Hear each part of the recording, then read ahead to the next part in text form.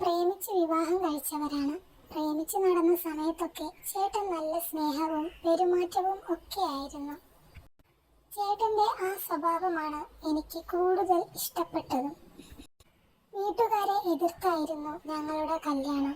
അതുകൊണ്ട് തന്നെ ചേട്ടന്റെയും എന്റെയും വീട്ടുകാർ ഞങ്ങളുമായി ഒരു ബന്ധവും ഇല്ലായിരുന്നു.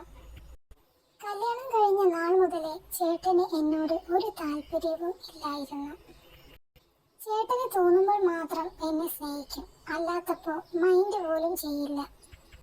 എങ്ങോട്ടും തനിച്ചു വിടില്ല, കൂടെ ചേട്ടനും വരും. എന്റെ ഇഷ്ടങ്ങൾക്കൊന്നും ഒരു പ്രാധാന്യവും ഇല്ലാതായി. പ്രേമിച്ച് നടന്നപ്പോൾ ഇങ്ങനെയൊന്നും ആയിരുന്നില്ല ചേട്ടൻ. നല്ല റൊമാൻറ്റിക് ആയിരുന്നു. ഞാനൊന്ന് പിണങ്ങിയാൽ പോലും 1000 സോറി പറഞ്ഞ് പിന്നാലെ വരും. ഇപ്പോ അതൊക്കെ മാറി. ഞാൻ പിണങ്ങിയാൽ പോലും സോറി പറച്ചിലുമില്ല, എന്നോട് മിണ്ടാനും വരില്ല. ചേട്ടന്റെ ഇഷ്ടങ്ങൾ എന്റെ മേലെ അടിച്ചേൽപ്പിക്കാൻ തുടങ്ങി. എന്ത് ചെയ്താലും കുറ്റം മാത്രം.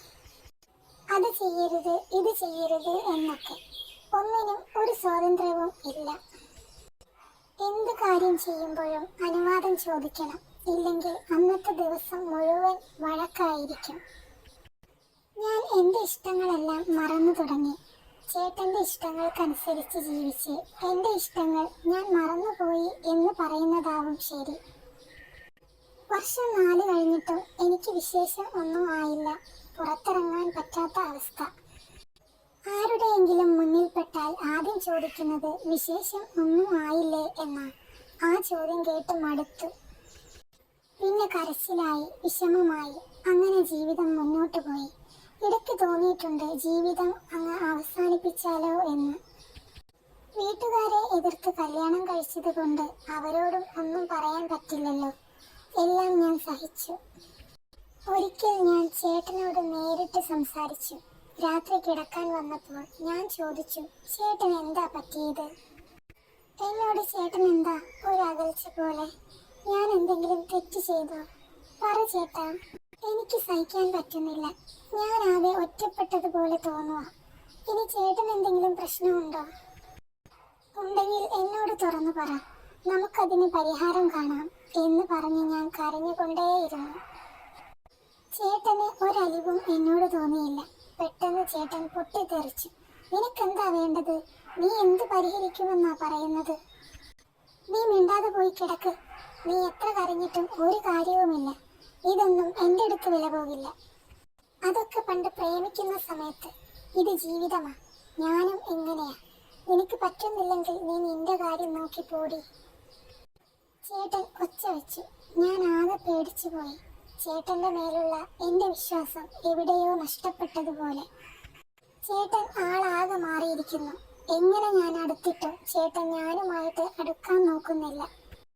എന്തെങ്കിലും കടുംകൈ ചെയ്താലോ എന്ന് വരെ തോന്നിപ്പോയി. അങ്ങനെ ഒന്നും ചെയ്തില്ല. മറിച്ച് വീട് വിട്ടു പോകാനായിരുന്നു എന്റെ തീരുമാനം. പിറ്റേന്ന് രാവിലെ ഞാൻ എന്റെ ഡ്രസ്സൊക്കെ ബാഗിലെടുത്തു വെച്ച് ഇറങ്ങാൻ നേരം ഞാൻ ബോധം കെട്ടു വീണു. BP കൂടിയതായിരിക്കും എന്ന് കരുതി. ഭാഗ്യത്തിന് ചേട്ടൻ വീട്ടിലുണ്ടായിരുന്നു. സൗണ്ട് കേട്ട് ചേട്ടൻ ഓടി വന്നു. എന്നെ പൊക്കിയെടുത്ത് ഹോസ്പിറ്റലിൽ കൊണ്ടുപോയി. അവിടെ എത്തിയപ്പോഴാ ആ സന്തോഷം ഞാനും ചേട്ടനും അറിഞ്ഞത്. ഞാൻ ഒരമ്മയാകാൻ പോകുന്നു. ചേട്ടനും ഒരുപാട് സന്തോഷമായി. ഒരുപാട് നാളുകൾക്ക് ശേഷമാ ചേട്ടൻ ഇങ്ങനെ സന്തോഷിച്ച് ഞാൻ കാണുന്നത്. എന്നെ കൂടുതൽ ശ്രദ്ധിക്കണം എന്ന് ഡോക്ടർ ചേട്ടനോട് പറഞ്ഞു.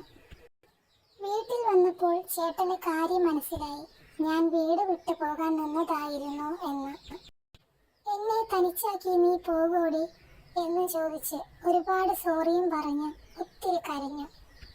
ഒരുപക്ഷെ എൻ്റെ സങ്കടം കണ്ടിട്ടായിരിക്കും ദൈവം എനിക്കിപ്പോൾ ഒരു കുഞ്ഞിനെ തന്നത്.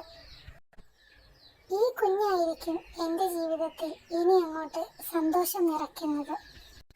ചേട്ടൻ്റെ മാറ്റത്തിന് കാരണവും ഈ കുഞ്ഞില്ലേ. മാസങ്ങളായി ഞങ്ങളുടെ കൺമണിക്ക് വേണ്ടിയുള്ള കാത്തിരിപ്പിലാണ്. ഇനി നിമിഷങ്ങൾ മാത്രം.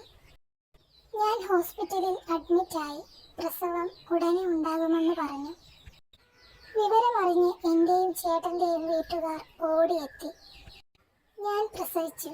ആൺകുഞ്ഞായിരുന്നു. ചേട്ടനെ പോലെ തന്നെ. കാരണം എനിക്ക് നഷ്ടപ്പെട്ടു പോകുമെന്ന് കരുതിയ ചേട്ടനെയും ചേട്ടന്റെ സ്നേഹത്തെയും തിരിച്ചു കിട്ടി. പിന്നെ ഞങ്ങളുടെ കുടുംബത്തെയും. ഇപ്പോൾ ഞാൻ ഒരുപാട് ഹാപ്പിയാണ് ചേട്ടന്. എൻ്റെ ജീവിതത്തിലെ വെളിച്ചമായി മാറി എൻ്റെ പൊന്നുമോനും.